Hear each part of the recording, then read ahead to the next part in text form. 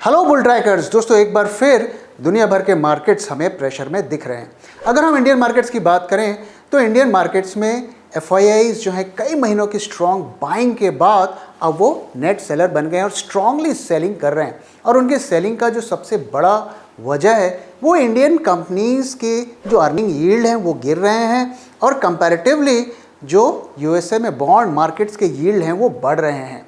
तो इन्वेस्टर्स यहाँ से पैसा निकाल कर अगर वो यूएस के बॉन्ड मार्केट में लगाते हैं तो वो सेफ्टी के साथ यहाँ से ज़्यादा रिटर्न कमा सकते हैं, ऐसा उनका मानना है। और इसी वजह से यहाँ पर सेलिंग बढ़ती हुई हमें दिखी है। इसके बारे में मैंने डिटेल में एक वीडियो बनाया था, आप जाकर उसे रेफ़र कर सकते हैं। लेकिन अगर हम इंडियन मार्केट्स को छोड़ के दुनिया भर के मार्केट्स की बात करें तो वहाँ भी अच्छी खासी सेलिंग हो रही है और अब तो रिसेशन की बातें भी और ज़ोर शोर से होने लगी हैं। और ये भी कहा जा रहा है अगर बॉन्ड मार्केट में जो है इसी तरीके से यील्ड्स बढ़ते रहे तो वो दुनिया भर के इक्विटी मार्केट्स के लिए एक बड़ा खतरा पैदा कर सकते हैं। तो आप अगर ये सोच रहे हैं कि हम तो इक्विटी मार्केट के इन्वेस्टर्स हैं, हमें बॉन्ड मार्केट से क्या लेना देना, तो आप गलत हैं। इक्विटी मार्केट का अगर हम साइज़ देखें और उसे हम बॉन्ड मार्केट से कंपेयर करें तो वो कुछ भी नहीं है। बॉन्ड मार्केट इक्विटी मार्केट से कई गुना बड़ा है और असली पैसा बॉन्ड मार्केट में ही रहता है। जब इंटरेस्ट रेट्स कम होते हैं तो बॉन्ड मार्केट के रिटर्न्स कम हो जाते हैं और वो वहाँ से पैसा निकलकर इक्विटी मार्केट में आता है। और जब इक्विटी मार्केट हाईली ओवरवैल्यूड हो जाता है, रिस्क बढ़ जाते हैं, तो वो पैसा वापस से निकलकर बॉन्ड मार्केट में जाता है। और अगर आप जो पिछले 40, 50, 100 साल के मार्केट्स को स्टडी करेंगे तो यही पैटर्न हमें देखने को मिलेगा। हाँ, उसकी टाइमिंग थोड़ी ऊपर नीचे हो जाती है, लेकिन मोर और लेस आपको यही पैटर्न दिखेगा। तो बॉन्ड मार्केट एक एयरपोर्ट की तरह होता है, इक्विटी मार्केट एक प्लेन की तरह होता है। वहाँ से वो प्लेन निकलता है, वो ऊपर की सैर करता है, फिर घूमते वो वापस से नीचे अपने एयरपोर्ट पर जाकर पहुँच जाता है और वहाँ रेस्ट करता है। तो अभी जो हमें देखने को मिल रहा है इसी प्रोसेस की शुरुआत देखने को हमें मिल रही है। पैसा इक्विटी मार्केट से निकलकर बॉन्ड मार्केट में जाता हुआ दिख रहा है, अभी इसकी शुरुआत होती हुई दिख रही है। अब कितना पैसा जाएगा ये आने वाले दिनों में हमें इसका अंदाज़ा लगेगा। तो आज अगर हम देखें तो सबसे बड़े दो खतरे क्या हैं। अगर आप न्यूज़ फ्लो फॉलो कर रहे हैं तो आजकल आपको हर जगह बॉन्ड मार्केट की ही बातें सुनने को मिलेंगी। तो इसमें दो मेजर हमें क्लूज़ मिलते हैं। पहला ये कि बॉन्ड यील्ड जो हैं तेज़ी के साथ बढ़ रहे हैं और इसके बारे में हम बात करेंगे, ये कैसे इक्विटी मार्केट को खतरा पैदा करते हैं। और दूसरा, जो बॉन्ड यील्ड्स इन्वर्टेड होते हुए दिख रहे हैं। तो इन चीज़ों को आज के दौर में समझना बहुत ज़रूरी है क्योंकि आने वाले दिनों में आपको कई जो है न्यूज़ फ्लो इससे रिलेटेड मिलेंगे। तो इसलिए ज़रूरी है कि हम इस चीज़ को समझें। तो आइए पहले हम थोड़ा समझते हैं कि बॉन्ड यील्ड्स क्या होते हैं, कैसे वो इक्विटी मार्केट को इम्पैक्ट करते हैं। तो आइए सबसे पहले बॉन्ड यील्ड को समझते हैं। तो किसी भी कंपनी या गवर्नमेंट को या इंस्टीट्यूशन को अगर पैसे उठाने होते हैं तो वो हमेशा इक्विटी मार्केट में जाना नहीं चाहते या नहीं जा सकते। तो दूसरा ऑप्शन उनके पास क्या होता है कि वो बॉन्ड मार्केट में जाकर पैसे उठा लें। तो बॉन्ड जो होता है एक एफडी की तरह से ही होता है। अगर आप इन्वेस्टर हैं, आप चाहे बॉन्ड में इन्वेस्ट करें चाहे एफडी में इन्वेस्ट करें, आपको एक इंटरेस्ट मिलने की गारंटी होती है, एक फिक्स्ड इंटरेस्ट मिलने की गारंटी होती है जिसे कूपन रेट कहा जाता है। तो मान लीजिए आपने एक बॉन्ड में इन्वेस्ट किया और 1000 रुपीज़ का एक यूनिट खरीदा और बॉन्ड कहता है कि हम हर साल आपको 10% का कूपन या इंटरेस्ट देंगे। तो आपको 100 रुपीज़ का इंटरेस्ट मिला, तो आपकी यील्ड कितनी हुई? 10%। अब मान लीजिए आप इस बॉन्ड को होल्ड नहीं करना चाहते। आप कहेंगे मैं क्यों बॉन्ड को होल्ड ना करूं, ऑलरेडी मुझे अच्छा खासा इंटरेस्ट मिल रहा है। उसकी वजह यह है कि अगर कल सरकार ने इंटरेस्ट रेट्स को बढ़ा दिया और 12% का इंटरेस्ट रेट कर दिया तो क्या आप इस बॉन्ड को होल्ड करेंगे? क्योंकि बाहर अगर आप जाके एफडी करेंगे तो 12% का इंटरेस्ट मिलेगा और ये आपको 10% दे रहा है। तो आप इस बॉन्ड को बेचना चाहेंगे और उस पैसे को निकाल कर कहीं और लगाना चाहेंगे। अब जो आपसे ये बॉन्ड खरीद रहा है वो क्यों खरीदेगा? उसको भी तो सेम प्रॉब्लम का सामना करना पड़ेगा। तो वो कहेगा मैं आपसे इस बॉन्ड को तब खरीदूंगा जब आप मुझे सस्ते रेट पर बेचेंगे। तो आपने उसकी लॉस की भरपाई करने के लिए आपने 900 रुपीज़ में उस बॉन्ड को बेच दिया। जाकर जो आपके सेकेंडरी मार्केट में जैसे इक्विटी में ट्रेडिंग होती है वैसे बॉन्ड में भी ट्रेडिंग होती है, तो आपने जाकर सेल का ऑर्डर लगा लिया, उसने बाय लगाया, उसे सस्ते में मिल रहा है तो उसने खरीद लिया। लेकिन ये बॉन्ड इतना ही इंटरेस्ट आपको देगा। तो अब यहाँ पर जो ओरिजिनल बायर था उसकी यील्ड 10% थी, लेकिन जो दूसरा बायर आया जिसने इस बॉन्ड को खरीदा उसका यील्ड कितना हो गया? तो 900 रुपये उसने लगाए, 100 रुपये उसको उसमें इंटरेस्ट मिल रहा है, तो उसका करीब 11% से ज़्यादा का यील्ड हो गया। तो आपने देखा कि किस तरीके से जब इंटरेस्ट रेट बढ़ा 10% से 12% इंटरेस्ट रेट हुआ तो उसका क्या हमें बॉन्ड मार्केट में इंपैक्ट देखने को मिला? उसका यील्ड बढ़ गया, लेकिन बॉन्ड प्राइसेस जो है घट गए। तो इस कोरिलेशन को पहले समझना बहुत ज़्यादा ज़रूरी है। तो इंटरेस्ट रेट जब 10% थे तो बॉन्ड का प्राइस था 1000, यील्ड 10% थी, और जब इंटरेस्ट रेट 12 हुआ बॉन्ड का प्राइस 900 हुआ, यील्ड बढ़ गया। तो इंटरेस्ट रेट जब बढ़ता है बॉन्ड प्राइसेस गिरते हैं, यील्ड बढ़ता है, और जब वापस से ये 10% होगा, जब ये नीचे जाएगा इंटरेस्ट रेट, तो बॉन्ड प्राइसेस बढ़ेंगे और यील्ड आपका घटेगा। तो ये रिलेशन हमें समझना है। तो इस वक्त क्या हो रहा है? इस वक्त इंटरेस्ट रेट्स लगातार बढ़ रहे हैं, जिसकी वजह से बॉन्ड प्राइसेस नीचे जा रहे हैं और यील्ड बढ़ते जा रहे हैं। तो जिन बैंक्स ने बॉन्ड्स खरीद के रखा है उसकी वैल्यू लगातार गिरती जा रही है। उन्हें इंटरेस्ट तो मिल रहा है, लेकिन उसकी जो पोर्टफोलियो वैल्यूज़ है वो काफ़ी ज़्यादा गिरती जा रही हैं, और यही जो है चिंता का विषय है। तो जैसे जैसे ये गिर रहा है, और आगे मैं डेटा भी आपके साथ शेयर करूंगा, तो बैंकों को बहुत ज़्यादा लॉसेज हो रहे हैं, और दूसरा चूँकि यहाँ पर रिटर्न्स बढ़ते जा रहे हैं तो इक्विटी मार्केट से पैसा निकाल कर लोग बॉन्ड मार्केट में ले जा रहे हैं। तो ये आप एक कोरिलेशन देखिए यूएस के इंटरेस्ट रेट्स और वहाँ के यूएस ट्रेजरी बॉन्ड यील्ड्स में। तो आप क्लियरली देख सकते हैं कि जैसे जैसे जो आपके इंटरेस्ट रेट्स बढ़ रहे हैं, आप देखिए आपकी यील्ड भी बढ़ रही है। तो अगर हम यूएस ट्रेजरी यील्ड की बात करें, इस यील्ड की हम बात क्यों कर रहे हैं? क्योंकि ये दुनिया का सबसे सेफेस्ट बॉन्ड माना जाता है और सबसे ज़्यादा पैसा इसी में जाता है, और एफआईआईज़ का भी सबसे ज़्यादा पैसा इसी में जाता है। तो वहाँ की यील्ड अगर आप देखिए तो इस वक्त 4.7% चल रही है, और अगर हमारे इंडियन मार्केट्स के सेंसेक्स के जो कंपनीज़ हैं उनकी इक्विटी यील्ड देखें तो अब ये उससे ज़्यादा हो गया है। दूसरा, अगर पिछले महीने देखें तो किस रफ्तार से आप देखिए 40 बेसिस पॉइंट जो है यील्ड्स बढ़े हैं, और 40 बेसिस पॉइंट का मतलब होता है 0.40%। और इसकी वजह क्या थी कि फेड ने जो 22 साल के सबसे हाईएस्ट लेवल के इंटरेस्ट रेट पे उन्होंने वहाँ के रेट्स को कर दिया है।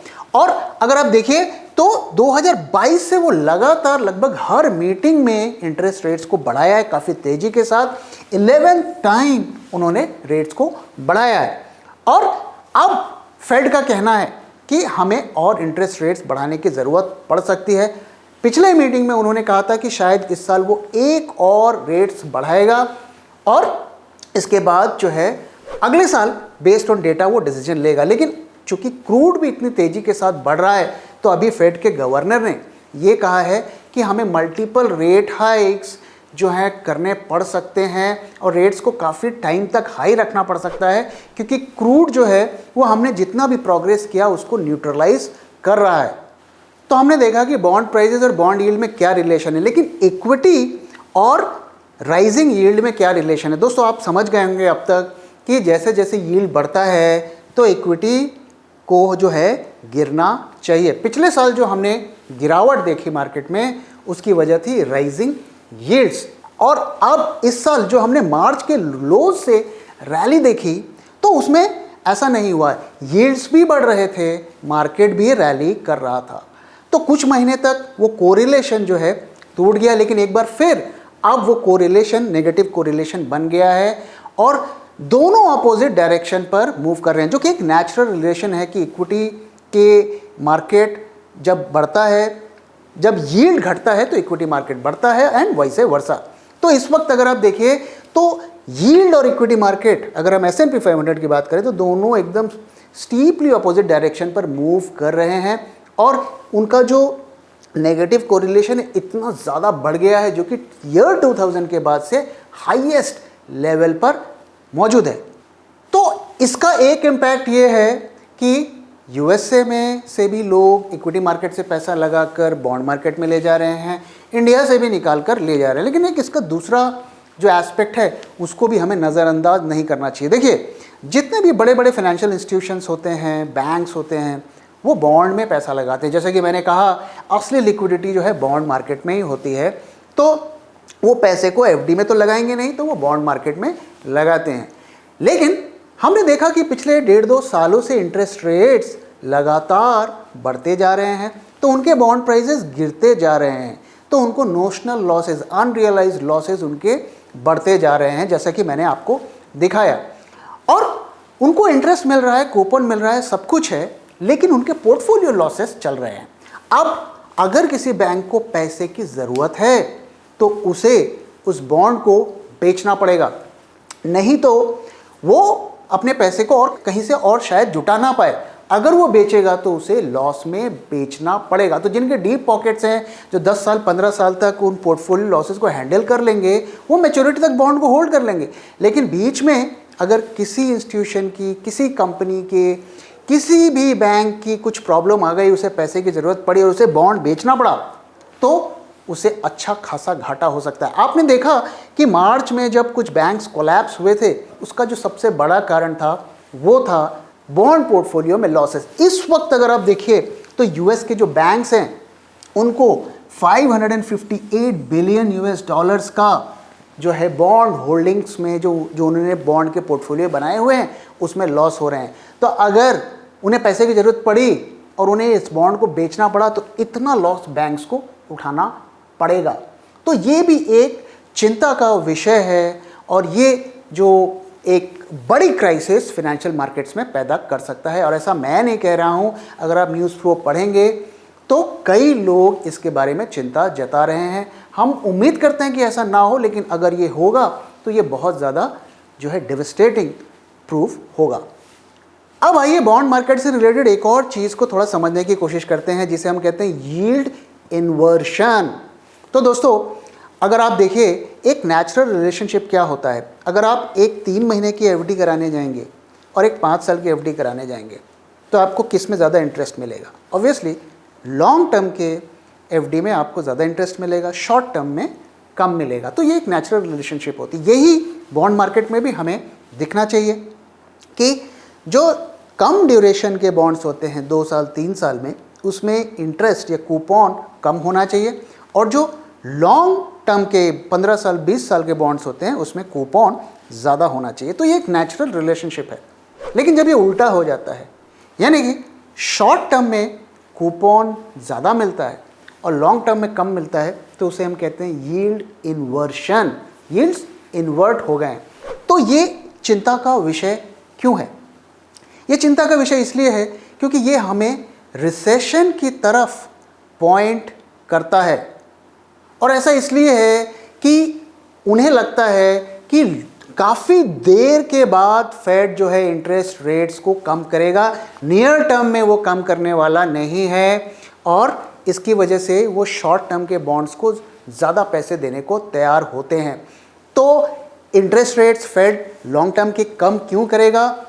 क्योंकि रिसेशन आने के चांसेस ज़्यादा होंगे। तो इस वजह से वो लॉन्ग टर्म पे ये बेट करते हैं कि काफ़ी सालों के बाद इंटरेस्ट रेट्स कम होंगे। तो यील्ड इन्वर्शन जो होता है ये एक रिसेशन का इंडिकेटर होता है। तो जब भी यील्ड इन्वर्ट होते हैं तो रिसेशन की बातें होने लगती हैं। तो अभी अगर आप देखिए तो यहाँ पर आपको यील्ड इन्वर्शन होता हुआ दिखेगा। ये जो बॉन्ड है ये छोटे ड्यूरेशन के 1 to 2 ईयर या 2 to 3 year, 3 to 4 year, 4 to 5 year और करते करते ये 10+ ईयर के। तो यहाँ पर आप देखिए जो शॉर्ट टर्म के हैं वहाँ पर 8.9% का जो आपका कॉर्पोरेट यील्ड है और यहाँ पर आप जाके देखिए तो ये 7.4% का है। तो क्लियरली आप देख सकते हैं कि यहाँ पर बॉन्ड यील्ड जो ज़्यादा ड्यूरेशन के हैं वहाँ पर कम होता हुआ हमें दिख रहा है, जबकि इसका रिवर्स होना चाहिए। तो अभी अगर हम रिसेशन की बात करें तो अभी जो लेटेस्ट प्रेडिक्शंस आ रहे हैं, अभी भी कुछ लोग कह रहे हैं कि सॉफ्ट लैंडिंग होगा और मार्केट में रिसेशन नहीं आएगा, लेकिन काफ़ी जो इकोनॉमिस्ट ये कह रहे हैं कि देयर इज 60% चांस कि यूएसए रिसेशन में जाएगा और यूएसए रिसेशन में जाएगा तो दुनिया भर की इकोनॉमीज़ के भी रिसेशन में जाने के अच्छे खासे चांस रहेंगे। तो यहाँ पर इस बॉन्ड मार्केट से वंस अगेन अगर हम बात करें तो दो खतरे हैं। पहला ये कि राइजिंग यील्ड मतलब कि इक्विटी मार्केट से पैसा निकलकर बॉन्ड मार्केट में जाएगा, और दूसरा रिस्क ऑफ रिसेशन। तो ये दोनों इंडिकेटर्स बॉन्ड मार्केट से हमें मिल रहे हैं और इसी के डर से दुनिया भर के बाजार हमें जो है प्रेशर में होते हुए दिख रहे हैं। अब अगर हम FIIs की बात करें तो FIIs जैसा कि मैंने कहा कि सितंबर से उन्होंने जो है काफ़ी अच्छी खासी सेलिंग करनी शुरू कर दी है और डेरिवेटिव्स मार्केट में भी अगर आप देखें तो उन्होंने काफ़ी ज़्यादा बेरिश पोजीशन बनाई हुई है। तो आइए अब मैं आपको FIIs की डेरिवेटिव की पोजीशंस दिखाता हूं कि किस तरीके से उन्होंने बेरिश पोजीशंस मार्केट में बनाई हुई है। तो यहाँ पर अगर आप देखिए ये FII का डेटा है, यहाँ पर हम जो फ्यूचर का OI, जो इंडेक्स फ्यूचर का ये OI, स्टॉक फ्यूचर का OI और कॉल का जो OI है और पुट का OI हम देख रहे हैं। तो अगर आप इंडेक्स फ्यूचर में देखें तो उन्होंने अच्छी खासी बेरिश पोजीशन बनाई हुई है और उसे इंक्रीज कर रहे हैं, और वहीं अगर आप स्टॉक फ्यूचर्स में भी देखें तो वहाँ पर भी उन्होंने अच्छे खासे फ्यूचर्स जो है शॉर्ट किए हुए हैं और क्लियरली शॉर्ट पोजीशंस में बिल्डअप होता हुआ हमें दिख रहा है। पुट में और कॉल में वो नेट बायर हैं, लेकिन अगर आप कंपैरिजन करें तो पुट की पोजीशंस उनकी ज़्यादा है और कॉल की कम है। तो क्लियरली उन्होंने बेरिश पोजीशंस बनाई हुई हैं डेरिवेटिव मार्केट में। कैश मार्केट में ऑलरेडी वो सेलिंग कर रहे हैं। अक्सर ऐसा होता है कि एक तरफ उनकी बुलिश पोजीशन होती है, एक तरफ बेरिश होती है, लेकिन फिलहाल जो हमें देखने को मिल रहा है दोनों तरफ की उन्होंने बेरिश पोजीशंस बनाई हुई है। तो इसका ये मतलब नहीं है कि हमें जाकर शॉर्ट कर देना चाहिए, क्योंकि वो अपनी पोजीशंस को काफ़ी तेज़ी के साथ हमें वो चेंज भी करते हैं और हमें तो एंड ऑफ डे में ही आकर उनका डेटा मिलता है। लेकिन इससे क्लियरली एक चीज़ हमें पता चलती है कि मार्केट में हमें काफ़ी ज़्यादा वोलेटिलिटी देखने को मिलेगी। इसलिए ये टाइम ज़्यादा एडवेंचरस होने का नहीं है। तो हमें बहुत, अगर आप बिल्कुल डेस्परेट हैं खरीदने के लिए तो बहुत सोच समझ के खरीदिए। फंडामेंटली जो साउंड स्टॉक्स हैं उनको पिक करिए और जिनकी वैल्यूएशंस रीजनेबल हैं उनको करिए। जिन इंडस्ट्री में अभी भी नेट सेल्स बढ़ रहे हैं, ग्रोथ हो रही है, उन्हीं में जो है पैसा लगाइए। अदरवाइज़ जो है हमें इस वक्त इन्वेस्टमेंट बहुत सोच समझ कर करना चाहिए और अवॉइड करना चाहिए जहाँ तक पॉसिबल हो। तो दोस्तों इसी के साथ मैं इस वीडियो को यहाँ पे ख़त्म कर रहा हूँ। वीडियो कैसा लगा ज़रूर अपना फीडबैक शेयर करिए और मैं जल्दी एक और नए वीडियो के साथ आपके पास आऊँगा।